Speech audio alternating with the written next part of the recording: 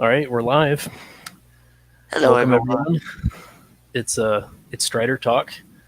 Ooh, sorry. Yeah, Sneeze. this is episode number 6. We're gonna be talking about a whole bunch of things. We both read a lot of comics, and we're gonna be talking about magical realism to an extent, seeing how that ties into some of the stuff that we're interested in, some of the stuff we've read, some things we've seen on Netflix, and yeah, and I guess just the state of um, well, I don't know how I was going to finish that sentence, but the state of the sort of things we're interested in and what we've been doing and where we're spending our money. So, my name's Matt C, and my co-host is Jon Matos. Yes, thank you. I'm the author of Cain and Abel. Oh, there is a free deal going on right now for Cain and Abel. So Oh, there if you you go. want to get the ebook, you can download that for free right now.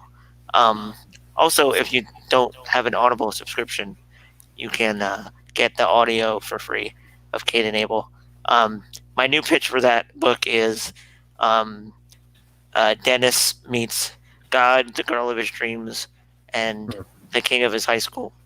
And it's pretty much a coming of age story that includes all of those things and how sometimes they're friends and sometimes they're rivals. So, yeah, if you want to check that out, please do. But I'm interested in hearing about how your presentation went. Oh yeah. So it was at Opus Inside, and Opus. I was kind of in an earlier manifestation of it, I guess, when it was called Woven Image, like 8 or 9 years ago. But and so I was a Oh, little I like that name. surprised. Yeah, I know, right?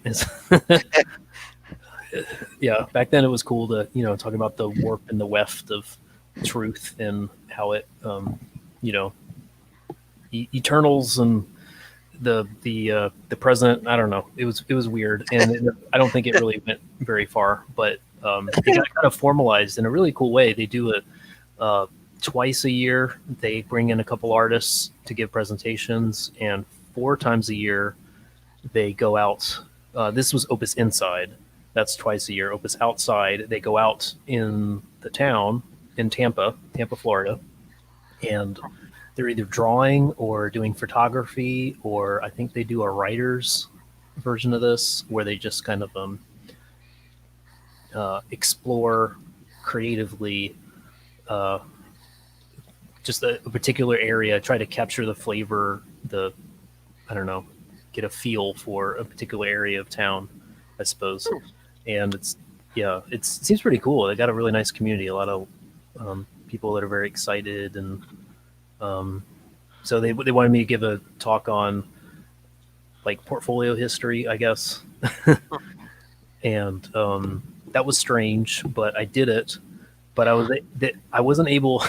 It was tough to do until I realized it's just storytelling, I guess. And if you just think about your portfolio as if you can have a clear vision about where you've come from, the sort of twists and turns and surprises that you've had over the last, however long you've been doing your craft, and arriving at a conclusion, I guess, that's satisfactory, then you can put together a presentation that people like. So I did that, and people seemed to like it. Got a lot of Q&A. There was like maybe 40 people there, which was big for me. And yeah, and people bought comics, and I got to sign them and stuff, and that was really cool. And there were some kids there, got to put books in their hands, which was really nice. Yeah, it's kind of full it's circle, always a good feeling. inspiring the next generation. So yeah, it was good. Hope to do more. I think I learned I'm not great at giving presentations, but I can get used to it if it's storytelling. And I think I am better at standing in front of a table, like at a booth, and signing stuff and talking to people one-on-one, which is good. That's encouraging, because if I'm going to do conventions in the future, I need to at least be able to do that. So, yeah. Well, that's good. Yeah, it was good. So where do you want to go next? Yeah. Okay. So, well, I guess at the top, Well, let's do a bit of TV first, and then we'll do comics. How about that? Sure. Sure thing. So Netflix's Messiah. You've seen all of it. Yeah. I'm going to tell you right now, I saw most of it, and then I read the Wikipedia to finish. I didn't realize there's 10 episodes. Oh my gosh. Yeah, TV is in a weird... Well, what was funniest to me was that I was just kind of blindsided by it because it was something I hadn't heard anything about. And then my mom just started watching it and was just like, this is very odd, but very interesting. And for some context, she was a big fan of the Left Behind series a decade or so ago. Okay. And so, like, I think you kind of have different camps in terms of, like, when you're doing something vaguely apocalyptic. And it seems like this is kind of a magically real version. It's not necessarily, like, trying to interpret... Well, it's like... That's why I kind of use that term, like, trans-pagan. It's like... not trying to offer some kind of like alternative in the sense of like, it's like marketing some universalist interpretation of things necessarily, but it's also not agnostic in the sense that like you were saying, like it's you like when something is brave enough to like, no, these people are really talking about religion. They're not like talking about it as a proxy for political gain or something, which that comes up obviously, but it does. It seems like a lot of it is like, you have faith, so let's explore what that means for each character individually. Anyway, I kind of hijacked stuff, but no. I love it when you hijack. You're better at articulating. But that's just the context of it, is that like we were interested in, like, when the Left Behind series came out, that's when my family started passing around like those books, and then like Frank Peretti was like a Christian thriller writer, and then more recently Ted Dekker has kind of picked up that torch by doing like some weird kind of like semi sci-fi fantasy within the Christian publishing sphere. So it excites us, whereas like what my mom said, she went online to see if there were like any reviews about it, and she said like for some reason the Christian community was like acting like it didn't exist or something. Like, there weren't really many write-ups about it. So what were your thoughts when you started to dive in? Oh gosh, I was really intrigued by how blatant it was. And every time I tried to describe it to people, at least every Christian I've told about it, I think everything I say makes them want to watch it less, which I suppose I can kind of understand. But I mean, it's just like summarizing the first like 3 episodes. Have a guy show up with a bunch of basically trying to mimic some sort of refugee crisis on Israel's border, imply that the Jews had a Messiah first because they were being oppressed, and now they're the oppressors. So now we're going to become, the Messiah is going to be Syrian this time. And then he's going to magically, or maybe not magically, show up on the Mexico border and illegally cross into America, and then do the same thing again and spark a debate on whether or not the Messiah should be deported for being an illegal alien. That sounds so politically, it sounds so zeitgeisty, and yet I think it would be merely zeitgeisty if it wasn't for the fact that they actually I think they're going to end this. This is going to be like the TV show Lost or something. They're going to end it, and they're not going to know. They haven't written the ending, I don't think, the way they're playing it. all the way through the end of this season, to me, the impression I get is that they're gonna, they're not. He's not going to be a mere charlatan, but it's going to be more complicated. I mean, obviously, I'm talking about a show, and I'm saying spoilers, but like his magician upbringing, kind of illusionist upbringing, is going to make things complicated. But I think they're going to say, you know, maybe things are complex. Like, don't you think Jesus is fully man and fully God? But maybe just prepare to be surprised in your life. You know, they're going to end it in some interesting way where it's like, well, God does mysterious things, and don't you? Yeah, it's gonna end in a question. I think that's the funny thing about watching it was that like it's very frustrating because it seems to play around with your emotions that way, where like it's trying to talk about things by saying like, you know, this isn't like it's. And what's funny is that it plays with, for those who have read scripture about Christ, it's playing around with this idea that like Christ did things all the time that were flying in the face of what people expected from a religious leader.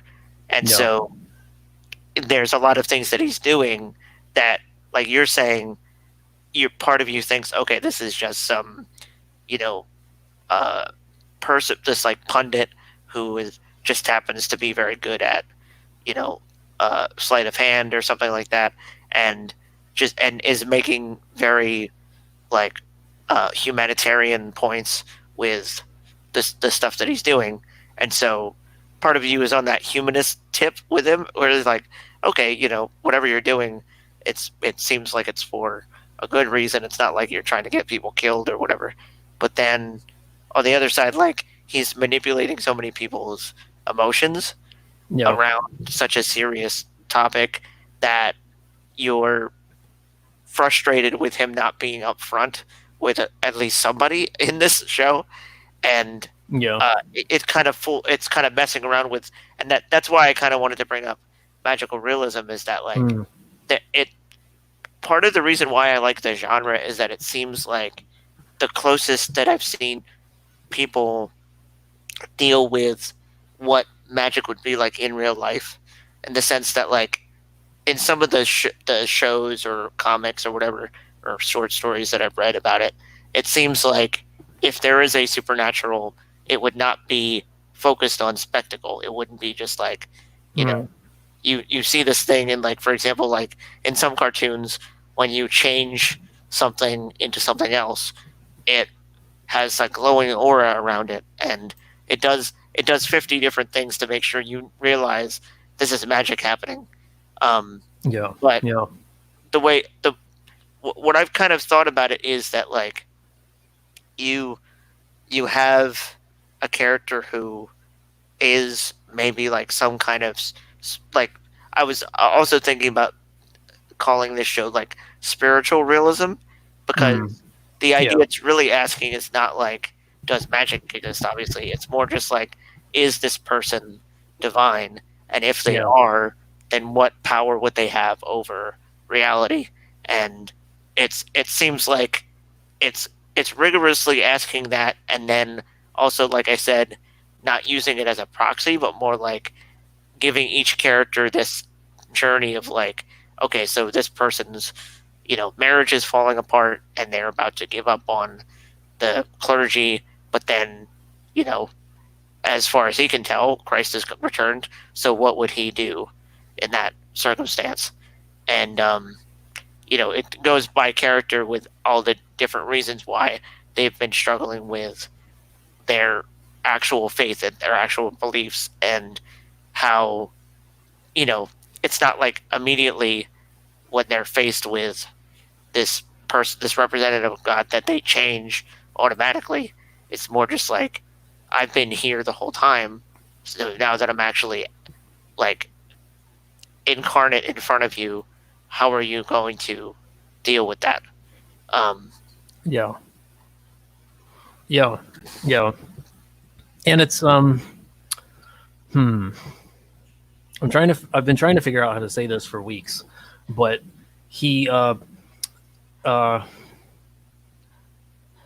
show like this is never going to transgress a progressive narrative, I don't think, but it can, and it hasn't yet, as far as I can tell. But The most that it's done is make fun of CNN.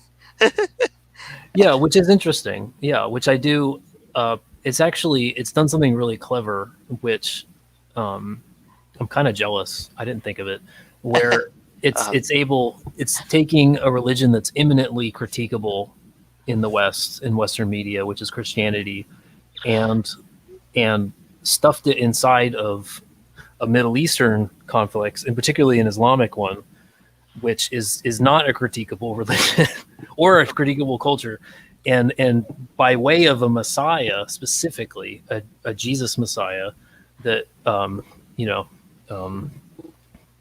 Isa al-Messiah, they can actually do some really interesting things, which I guess would not. I mean, it has upset Christians and Muslims alike for this depiction, and that's something that I honestly think a lot of people behind closed doors are trying to figure out. How can we get interesting and spark conversations, I guess, with with Islam in particular, but just religion and Western culture in general.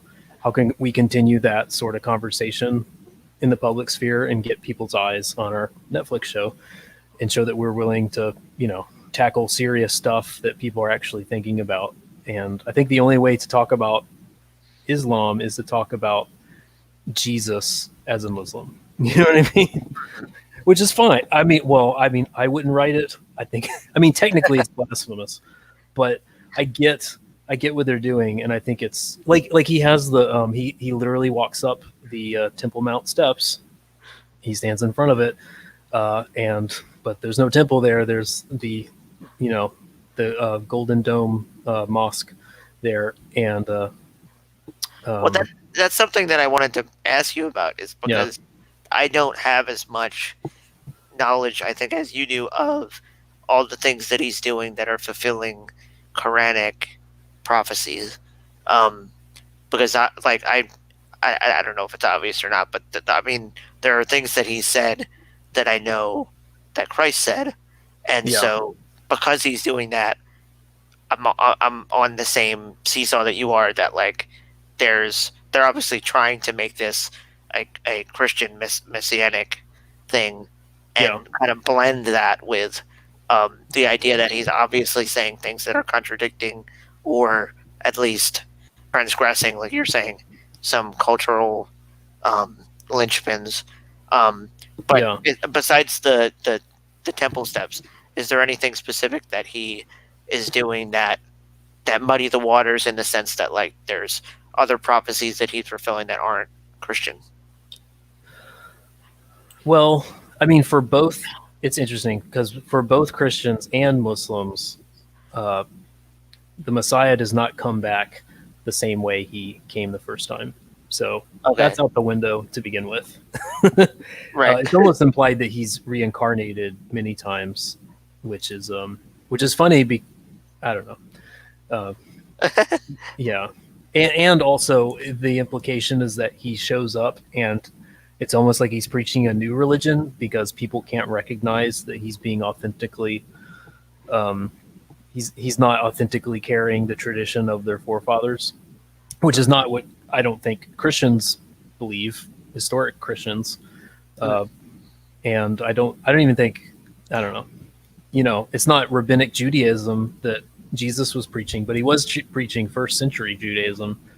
And I think non-Christians would agree with that too, historian types.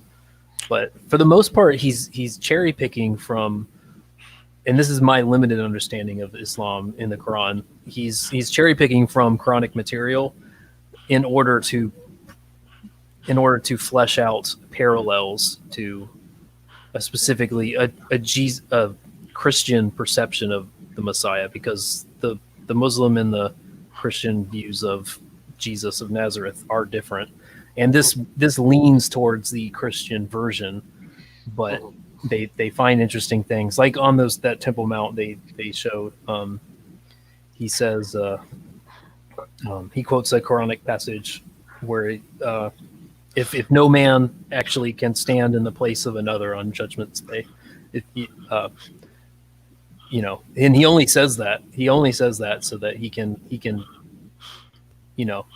do a Palestinian version of this. You who are without sin, cast the first stone. Right. Yeah. So it's I don't think they're trying to balance. And so just like with minor things, like people have noticed that he's not praying in a particular direction, and so that would be contrary to the Muslim view of who Jesus is, and it would actually contradict the Christian view in a sense, because Jesus didn't show up and do things he didn't. Contrary to what people in Netflix corporate think, Jesus didn't come up and then change the religion as he found it. So that's kind of a popular perception, I suppose. And I think it brings up, the show kind of brings up something that I've been thinking about with this genre for a little while, and it's like I'm trying to think of what the dramatic thing about this genre appeals to me, and it kind of came to my mind earlier today because there's a author on Twitter who has an impossibly Irish name, so I don't know if I'm going to pronounce it right, but it's Nois Dolan, I think is her name. And it's very interesting because she is a very left, but there's some things in, like, as we've mentioned before, we don't necessarily have a the show isn't about supporting any specific think pattern. So but one thing I appreciate about her is that there are some things that she points out that are just very funny and interesting and honest and true in themselves. And one of those things was that she was saying a person saying that a politician reminds them of their ex is a very kind of narcissistic thing as a point against that politician. But she used a term that I'm assuming is a political buzzword or catchphrase or something. Because she called that attitude being a protagonist of reality, as if the world is your Truman Show, and any opinion that you have politically is everybody should basically you're virtue signaling, and so everybody should be oh great, you because you've had this life experience, I should basically pay tribute to you because you just this person is your ex, so you have the real map to reality or something. I just interesting perspective. But what that makes me think of is that one of the magical realism shows, and I guess I'll pull this up on the I'll switch to you. There's an anime called Erased. Okay. And the basic idea is that let's share screen, and I'll put it on here. All right, you're up. Okay, so the character of the main character is it starts off the show with him as this 20-something guy, this character here, and his kind of status quo is that he can sense some danger is coming, and then instantly he's something really dramatically violent or tragic will happen, and then he can go 5 minutes back in time and try to prevent that thing from happening. So it starts off with the status quo of like he's an ordinary guy, with the caveat that he has this kind of like that's so Raven like power that you can see like 5 minutes in the future. She did have that. That sounded familiar. Yeah. So that's how it starts. But then you find out that this girl here, back in middle school, there was a series of like child murders, and like some of his classmates got kidnapped, and then their bodies were discovered, and it was something that majorly affected him because he had a crush on this girl here, and his mother is a like reporter. So in the future, his mother is killed by the same person in the first episode, and as soon as that happens, rather than going 5 minutes back in time, he goes all the way back to his middle school body. And so all of a sudden he's in middle school, and he still has the consciousness of an older 20-something.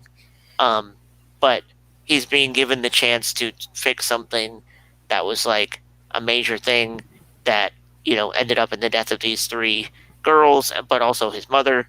And one reason I really responded to it is that there's this sense, I think, in fiction where you're representing something that, like, this character has the chance to change something that's like a pivotal moment. And there's this kind of idea that, like, your actions have, like, drastic consequences. And so what's interesting, though, about some of these kind of magical realism stories is that, like, it's not like the whole world is magical. There's just one thing that is, like, so you can say this about like a speculative fiction thing where, like, something like steampunk, like there's just one thing that's different. There's one element of the world that is like, not the same, as opposed to like the Marvel universe where like there's, Norse gods and, genetic manipulation, and like you could basically make up whatever you want and it would be believable. So I like that about speculative, and I guess there's that speculative fiction is one label you could put on in that magical realism realm where there's just one thing that's different, and you can kind of explore ideas where there is some kind of like rule that is different. There's some kind of law of nature that's been changed. Yeah. But like for this series specifically, it was just like, great, I went back in time. I'm still a middle school kid, so I have to figure this out. And it becomes almost like a Hardy Boys thing where, like, him and his friends have to work together to try to figure out who's doing the kidnappings and everything. And it's kind of like I guess you call it a limited series. Like, I think they did the one season of it.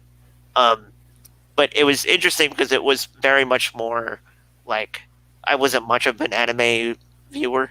It's one of the few that was like, because I had watched Early Edition. That was another kind of magical real show back in the 90s, and it had a very similar premise where like a guy gets a paper every morning that has some kind of tragedy, but it's like showing him the future. Basically, he's getting the paper for like tomorrow.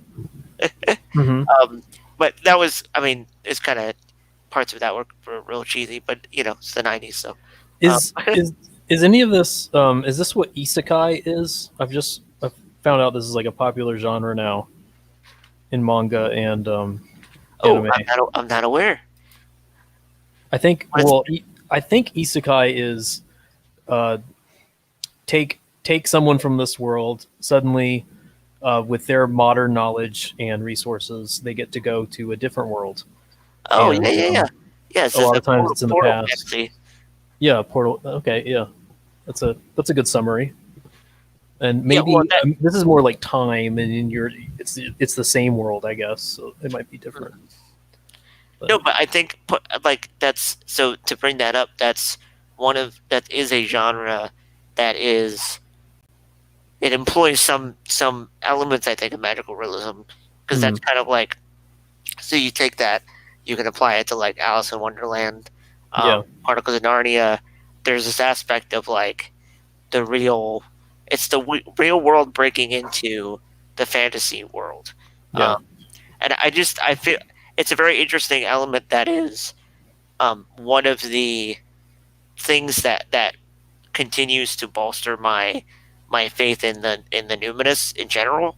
That like they're all like in many different cultures there seems to be this idea of, well, there's something extra normal that I have a sense of, and um, like poetry in any of its forms, be it art or writing, it seems to be a way of fleshing out some of that sense that we have.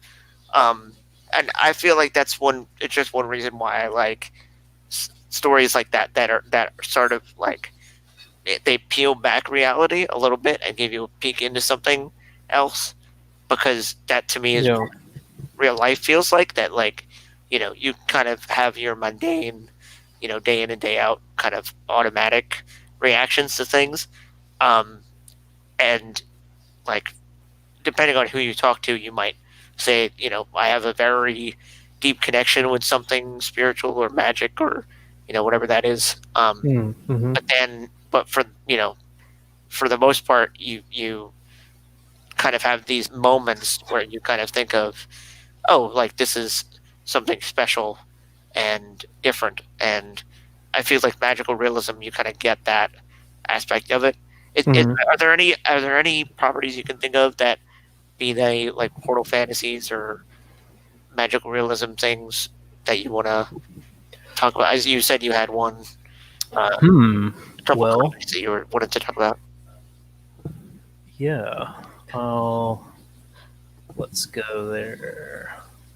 Noir Saga. Haha. I was thinking magical realism, but portal fantasy is really the genre to speak of for this, Haha. because it's simply put, it's a girl from this world who falls under the ice and then gets brought up through the ice in Viking land, and it's very good.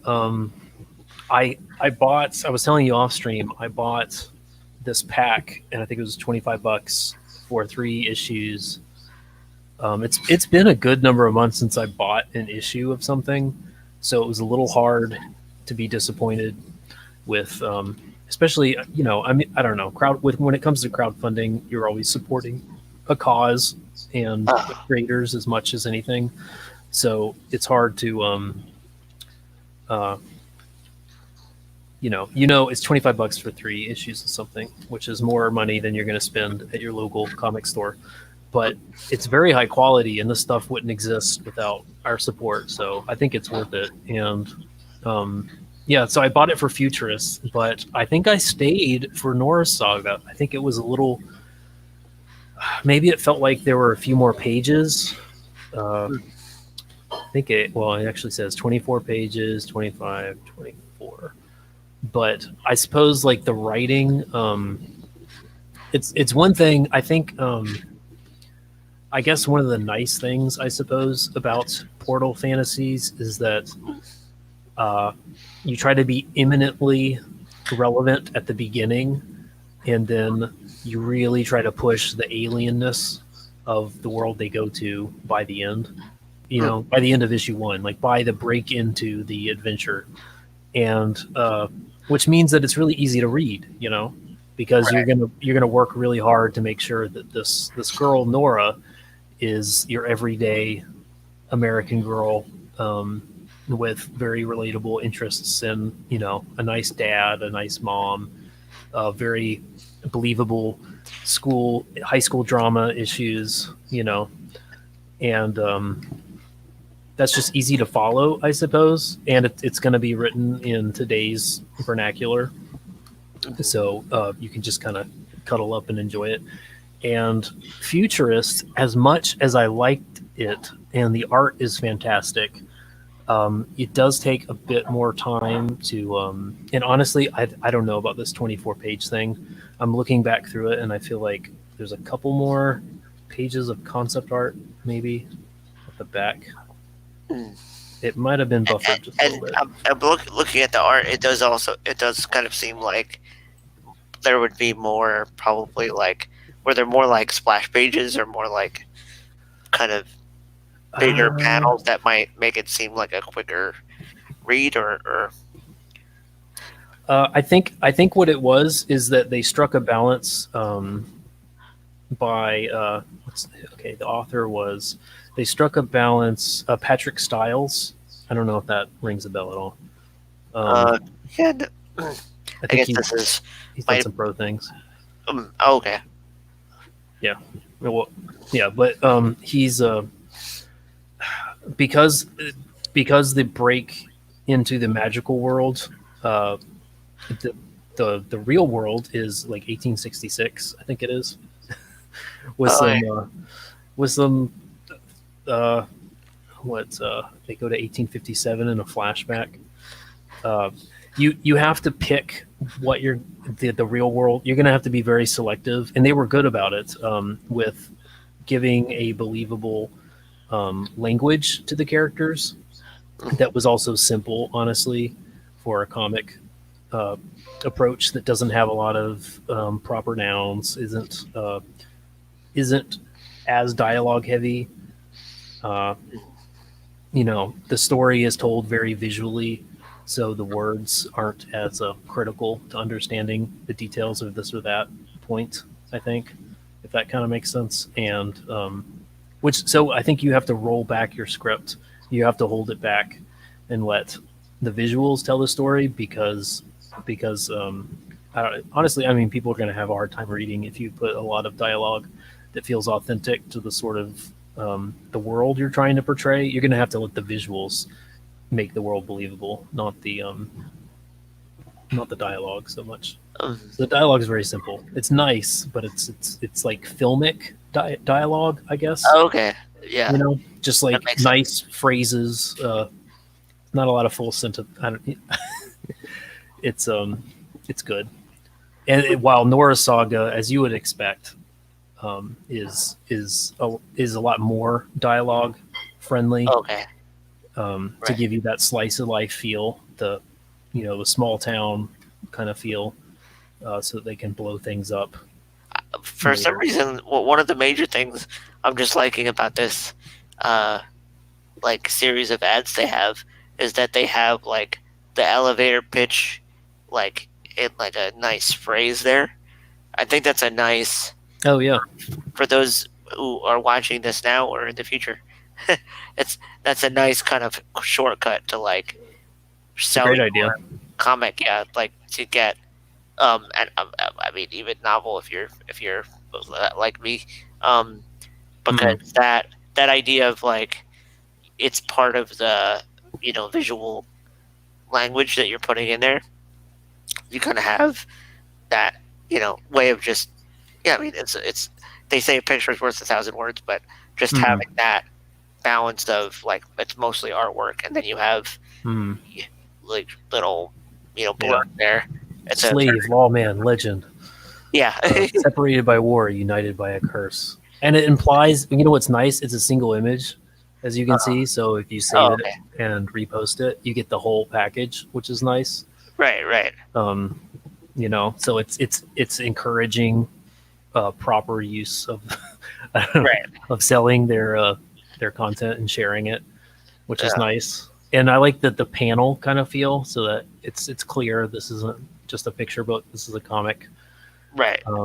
But it's an assemblage of nice panels that they liked, obviously, that are out of order, and then like a nice collage for two of them. This is the cover of that one, but actually, these are both covers. But yeah, collaging it together and then putting a little tagline is really smart. Yeah, it's a really polished. I think it's the best. 2019 had a lot of crowdfunders, and this is the most polished crowdfunding campaign, which I don't know if you know a little bit about the backstory. The owners of the CEOs, I guess, of Allegiance Arts, who manage all three of these, are getting these issues you're going to find in Walmarts. Oh, really? more new you in a number of months. Yeah, which is cool. So they got an order. I don't know. They got some sort of deal for like tens of thousands or something of these books. So of My these my issues. my, So my boo works at Walmart, so oh, nice. I'll have to tell her to look out for it. It's like, Yeah, yeah. So you can like get it, which is nice because you want to see. I mean, crowdfunding's great, but it's nice to know that the crowdfunding campaign got things up and running so that they can actually. Now, I got like a special. You get swag and stuff. Like I didn't get anything signed or anything, but you get nice. There's like a package of stuff that you get with your order that lets you know like that they're thankful that you got this off the ground. But you know that other people can enjoy this too now, and it's going to right, be easily available, which is right. nice. Yeah, I was thinking about that as you were talking. That like those things of um, there are different things like you were saying, like it's a Indiegogo, and so there's some like um, there's differences with how you approach it, I guess, and what your expectations are. And Hmm. I was just thinking that that's like another thing. Like I don't know how many people out there like say if I'm supporting an independent project, do I really care if I get something that's like super exclusive? Not necessarily. Like if I like the thing, I kind of want people to have access to it. Um, Yeah, I think but so. Isn't that but I think normal? I think. Yeah. but I think that it's an interesting thing because I think we're shifting away from that scarcity being what is really a value driver, I guess.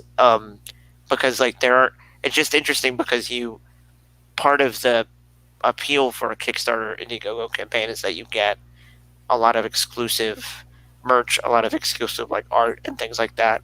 And Hmm. it's just interesting because it's weird with me in comics, like as a writer, I don't necessarily care that the merch that I'm getting is exclusive or like the art that I'm getting is exclusive because it's to me it's just like reading a visual novel. um, so it's like not that to me like having a specific poster that me and like 12 other people are getting isn't really as big of a driver. That's good But to know.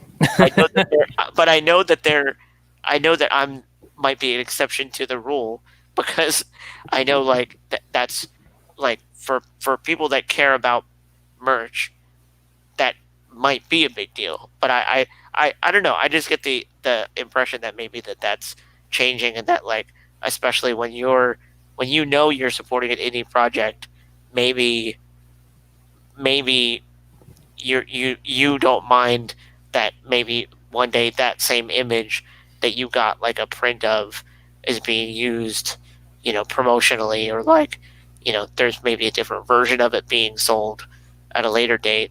Um, I don't know. How do you feel about that? Yeah, I personally, well, it's interesting because before like 2018, uh, crowdfunded comics was coming from a very, um, I mean, it grew up in a very indie, self-published, like out. I mean, indie isn't even appropriate. It's not even the word. That just means everything that isn't Marvel or DC. But it was coming from a very like DIY Oh perspective, yeah, I yeah. guess. Why is a better term? Yeah. Yeah, and so I don't. I think it got it became famous for doing things that were unique.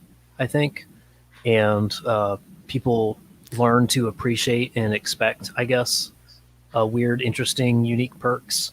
But post 2018, with like Comicsgate and folks like coming in, there being like an exodus, um, uh, like these displaced migrants from the big two industry, trying to find a new homeland uh, in this new this neighboring world that is to some extent friendly, to some extent not with them, and learning to integrate into that society and learn the language and all that sort of thing. I think there's a lot of people who still have, almost like a cultural expectation of what they want their crowdfunded package to be like, and I think they're more friendly to the mass. I mean, they're coming in with, we want to be legit, so we want to hire. There's going to be a writer who's different from the artists, and we're going to hire a an editor and a colorist and an inker and a penciler and a speech bubble artist and a graphic designer. And that's how you show it's legit. When that was never the case until 2018, that your crowdfunding project was legit because you had 7 people on it. But that is now, which is fine. It's just interesting how these things evolve and change, because that's what makes it legit in the eyes of people who've grown up with awesome stuff from Marvel and DC. So I think along the same lines, I think you're right, and maybe people are less interested in the boutique, the DIY package they get after they support, and I think they're more interested in, does this feel like something that I could pick up off the stands or the spinner rack at 7-Eleven in the 80s, or today from my local comic store. They want it to feel legit. They don't want it to feel unique so much, which is really neat. I don't know. It's always evolving. So having the migrant crisis of 2018 out of traditional comics into indie has speaking of which, I can present.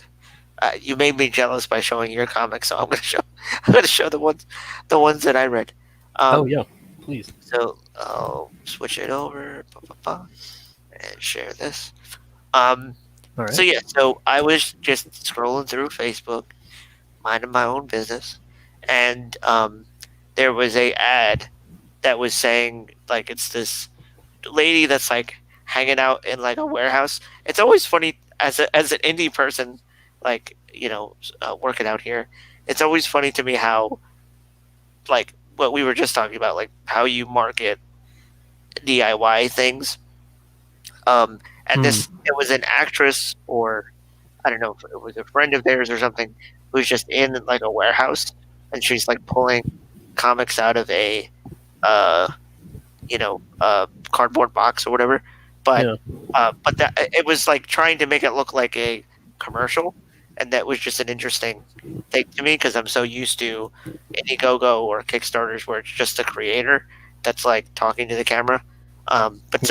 It grabbed my attention, so I'm not necessarily bagging on it at all. But suffice to say, so she was saying that if you get, like, basically TKO is this comic company who's releasing 8 comics, and all for free, and for if you sign up, you can download them, and I guess the idea being, if you like them, you can continue reading. The first one that I got here, I decided to go with the 2 names that I recognized first. So Jeff Lemire is a writer who I think has done Animal Man, and some other DC Marvel works. And so this is Sentient. It's this comic, and I'll just show like the first like 5 pages, I guess. But I really like the kind of painterly coloring, which I guess.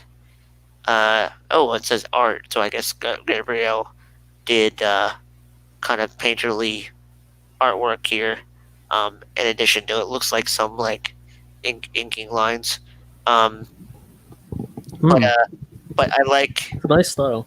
Yeah, I like the style, and I think it really fits this kind of like intergalactic thing that they're doing.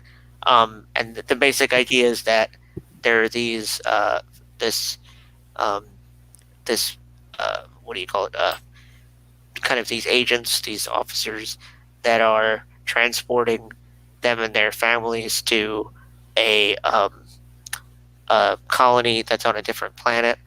So that there's been this evacuation from Earth, and they're preparing for a portion of the journey where they're going to be cut off from communication, and I think it's really cool that you get like for these first 2 pages, there's like this comparison between these two families where like she's having very good rapport with her child, and then you get to this family and they're like very staccato kind of like talking, so like instantly Yeah. you get this kind of unease, and Yeah.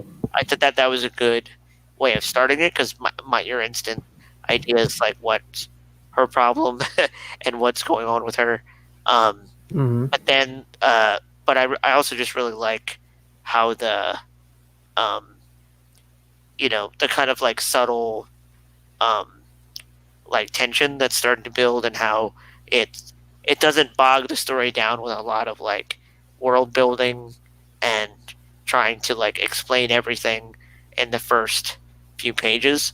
You just get the idea that there are these families on the shuttle, and you get people's like role, and what they're um, that they have a mission that they're doing, um, but it's much more character focused than it is focused on some kind of speculative like pitch, or some kind of like there's not some kind of big dramatic thing that's happening. So when it starts actually getting where you get what the big dramatic point of the book is, then it hits you a little bit harder, I think, because you're like waiting for the other shoe to drop.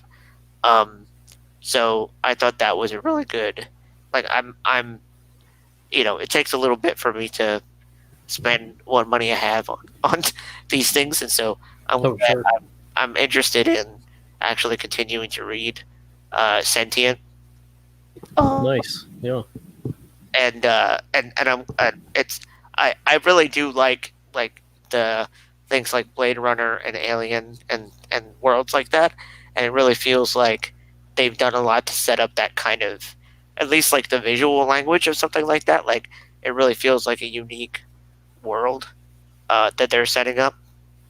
So I was excited about that one. I also started reading Sarah, um, which is by Garth Mm. Ennis Hmm.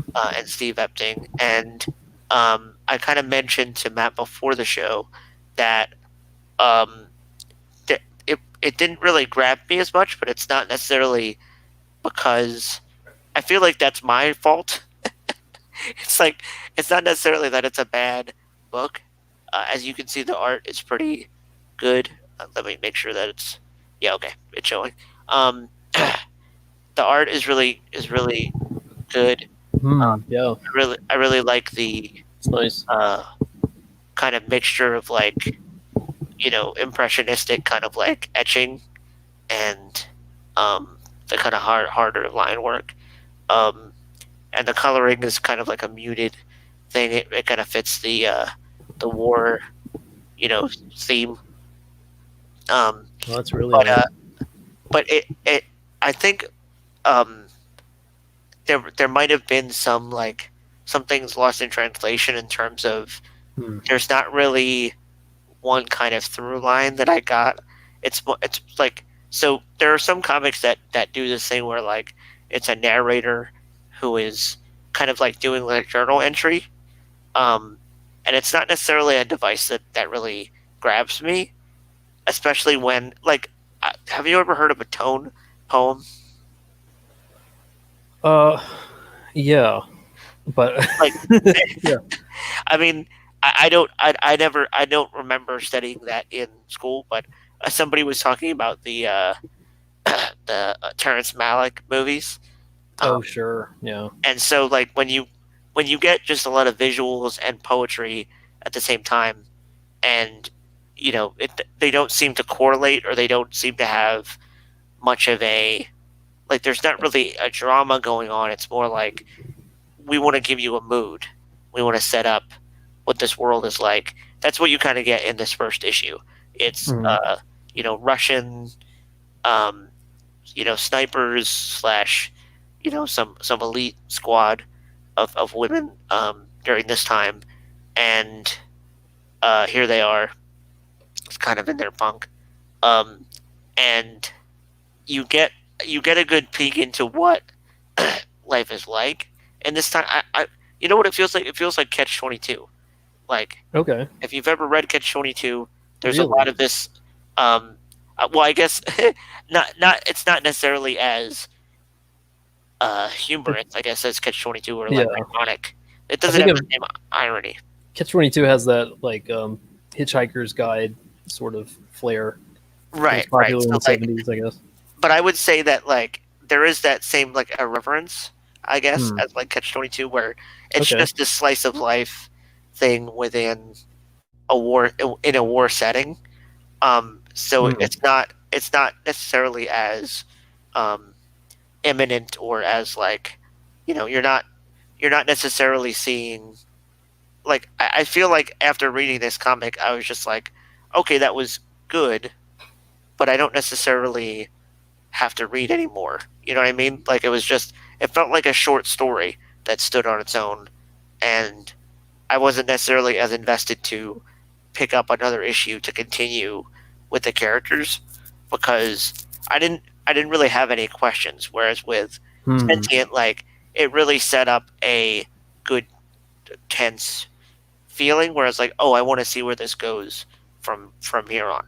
So I would not fault you for loving the art in this and liking the setting enough to give it, a try. Um, and or if you're a fan of Garth Ennis, just giving it a few issues because maybe you're used to his style. Um, Yeah. but personally, I really liked Sentient, and I really do. I'm interested to see the other TKO books and seeing what they offer. Yeah. um, because it seems like a really nice kind of like, and as an adult, like I appreciate comics that seem like they're for adults and they're not just, there's a lot of swearing or there's like, you know, a lot Yeah. of not safe for work art or something like, as if that's what appeals to adults. Like I really felt Yeah. like these were, really good dramatic, works that are for an older reader, or an adult reader. So Hmm. I'm interested to dive in more because it seems like they're doing a pretty good job of setting up a more mature line of comics. Because with the name TKO, I wasn't sure what I was getting into. Like it's kind of a aggressive name for a company. Yeah. Yeah. But it You're was. almost thinking, how how superhero-ish is this going to get? Maybe. Right. But yeah, I'm really liking. I mean, they've been coming across my feed, and it's been mostly Sarah stuff. But I'm realizing that I have seen a lot from Sentient, and I just didn't realize it was all coming from the same place, Mm. from this one comic. And yeah, I think they're the ones to watch. They Mm. seem to be getting a lot of critical success, and Right. Yeah, and I was thinking that about it. That it seems like they're really trying to sell. Hey, we have Garth Ennis and Jeff Lemire, and we yeah, have like they're.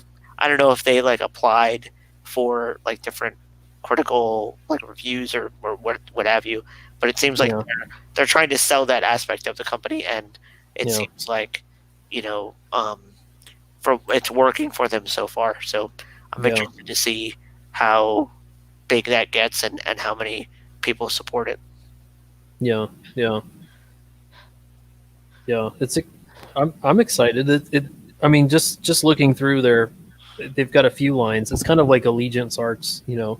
I guess they pick a stable of like 4 or 5 comics that they're gonna do for the year, and I'm sure it's an interesting balancing act, figuring out how I mean, diversity in the in every sense of the word, how they're going to balance the different, the stories and the perspectives and the genres even that they're actually going to put out there, and yet still have a coherent sense of vision, I suppose, for Mm. what they're trying to do and what they're bringing Right. to the table that's interesting and new. Yeah, that's what I'm saying is that in reading these first two issues, it seems like they're trying to. Well, it's interesting because it seems like there are starting to be, from what I can tell, certain like I don't know if you would call them genres, but like there are certain tones, I guess, that are being developed with different companies. So like you get with Image, there seems to be very absurd comics that also have, but they're for like an adult readership, and like Walking Dead, even though it's very dark, it seems like it's more or less like the shock value of what happens in each comic is kind of like what it leads with, I guess. Yeah, and, that sounds fair. Yeah. But then there are some of their comics that are a little bit more reserved and more about like the world building and things like that. But it seems like that, like there are a couple, like I'm liking that with, like I read an Image book the other day, Stellar. It seems like that's more in that line of like there are some good dramatic panels, but more or less like the bread and butter of it is setting up this world. So I think Sentient and Stellar might be two that I watch out for and try to, my birthday's coming up, I guess, so I might put there you go. wish list. Yeah.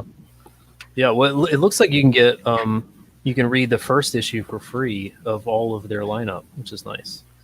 And that's for, it looks like 8 different comics. Yeah. So I got an email with all the downloads, so I'll be bringing that up for our episodes and see if there's other ones. Is that what you were scrolling through? I'm sorry. When you were scrolling, I guess you were. Yeah. Well, yeah. So I just brought those two up. But I'll try to return to them and see if there's. I mean, sometimes when I read something or watch something or whatever, and I just completely hate it, I just will like ignore it, like it didn't happen, because I don't really take any pride in just like completely dogging on something. But yeah, unless there's like something like that comes up, I'll try to bring up different ones, and then I'll see if there's other comics that catch my eye, and try to bring up more of that, or novels as well. I just started something called Air, or I think it's called the Ash in the Air. Let me double check that. But anyway, it's a by Denon Tennant, I think is his name. Benon Tennant, that's what his name is. And it's so far it's about a time machine. Well, it kind of starts out with some kind of like creature / person that has like reached some kind of singularity. It seems like so. She's like the prologue is her searching for someone, some person, and then it goes into this applied sciences team, and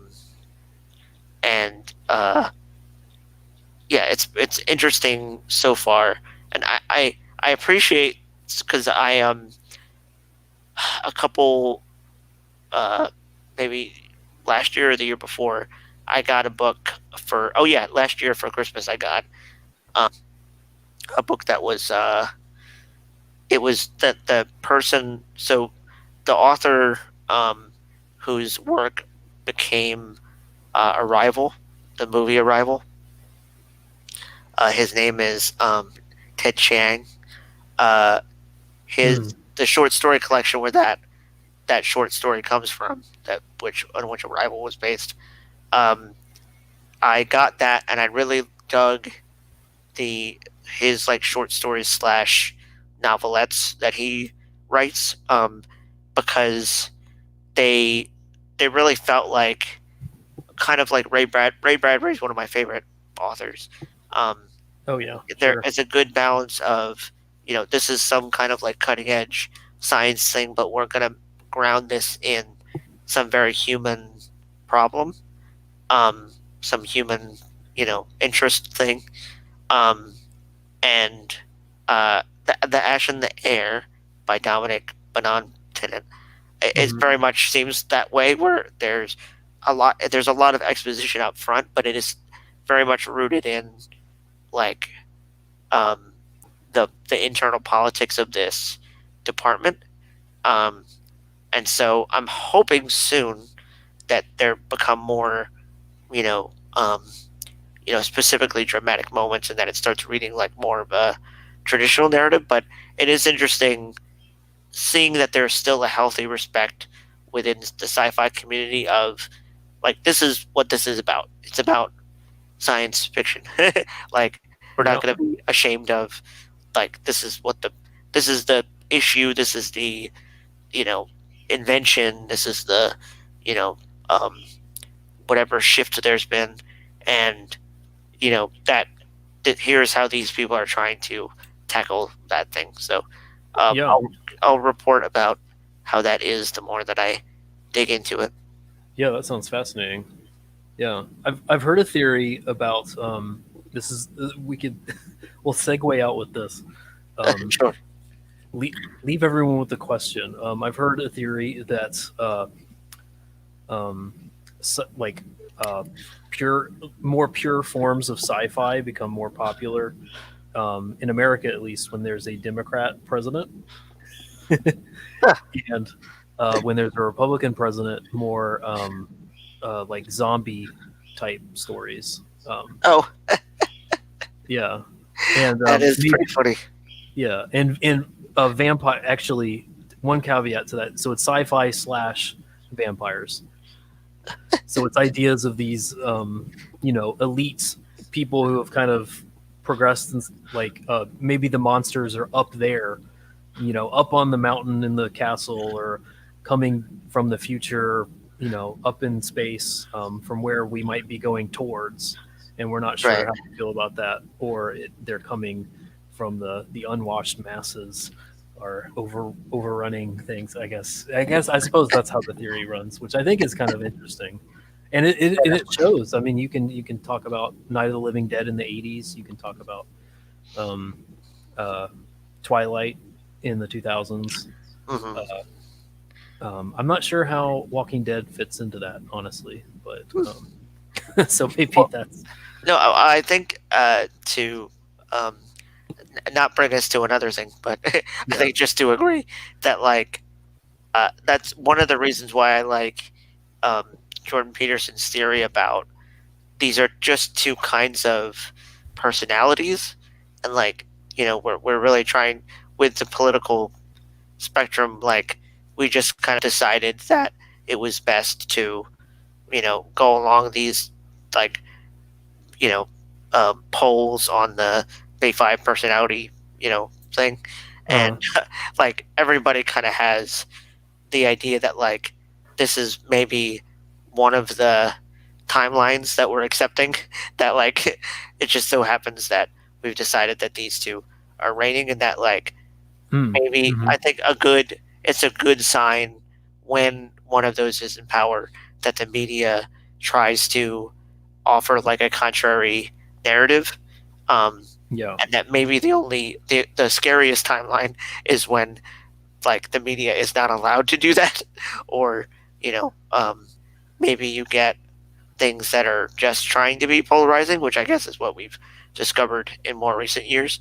Um, yeah, but but I think that seems very logical to me, that like we just wanted these two parties to represent like these two extremes, and that mm, a lot yeah. of like the It is media a like, fabrication, of course, but yeah, right.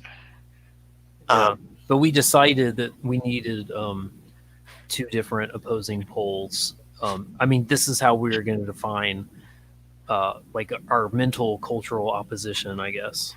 mm, Um, and it was going to be defined progressively in the sense of there's either a future fear that we're worried about, or there's a past, more animalistic fear that we're running from, I guess, mm. that's chasing us Well, from I behind. think that's a good. I need to write that down, because I Yeah, like I know, it's very I zombie like. like that as a topic for another time. That like there's There you there's go. yeah, there. I like the idea that because I think that's always been funny to me to hear people talk about progressive as if that's a political party, and conservative as if it's a political party, Yeah, because they seem more like attitudes than they are like you. I mean, you maybe that's the only thing I like about Nietzsche is that at least he was like, he talks about like the Ubermensch is like, this is maybe something that we want to have happen, but like maybe that isn't real, and so we keep wanting there to be somebody that represents like everything that you care about. But I feel like that there have been stories that have the kind of Socratic method as like the main point of them. And the funnest ones seem to be ones that are like buddy cop movies where like they're opposites and how can they get along. That has the more optimistic feeling of like, well, they're going to be able to work it out in the end. But then there are other ones where it's more, frightening, where it's like maybe these two people will kill each other, and one will be like corrupted by the other one. So I think that's a good topic for another time. Oh gosh, I think we found it. That's the topic. Next time on StriderTalk. Cool. Well, I guess that completes another episode. So thanks to everyone who's been hanging out. I think we've had a few people come in and out, and I think we might have a couple people who've been watching the whole time. So thankful for you guys. And if you enjoy this sort of content, go ahead and you know the drill. Give us a like, give us a subscribe, and look forward to next Monday. We do this 7 p.m. Eastern Standard Time each Monday. With rare exception, we try to meet that, and we just kind of talk, I guess, culture, literature, things we're reading, the process of being creators in the year 2020, and and we're exploring it. And we don't have any topics that are off limits, but we also don't. It's been really nice and refreshing, honestly, speaking selfishly, to see that we the topics that we discuss are complex and not one-dimensional, I suppose. Right. Not throwing any shade in any one particular direction, but it's nice to just kind of turn something around in our heads together that we actually aren't entirely sure how we feel about them, and we usually come to conclusions that are pretty mixed, I guess. Yeah, I think we're both on the same frequency of like, it's not actually very fun to just pat each other on the back, in the sense that like, hey, let's find out what we agree upon, and then just like kind of celebrate that together, and to the detriment of all others. So it's always most interesting to me to talk about things that are that I'm on the fence about, because then then that's when you learn things. It's nice to have a challenge. Well, cool. Well, I guess that's it for tonight. So thanks again for tuning in. Thanks for listening, you people from the future. I appreciate that, and we'll talk to you guys later. This is Matt, and this has been John. That worked flawlessly if I hadn't talked over you like did it. And we're signing out. All right, bye-bye.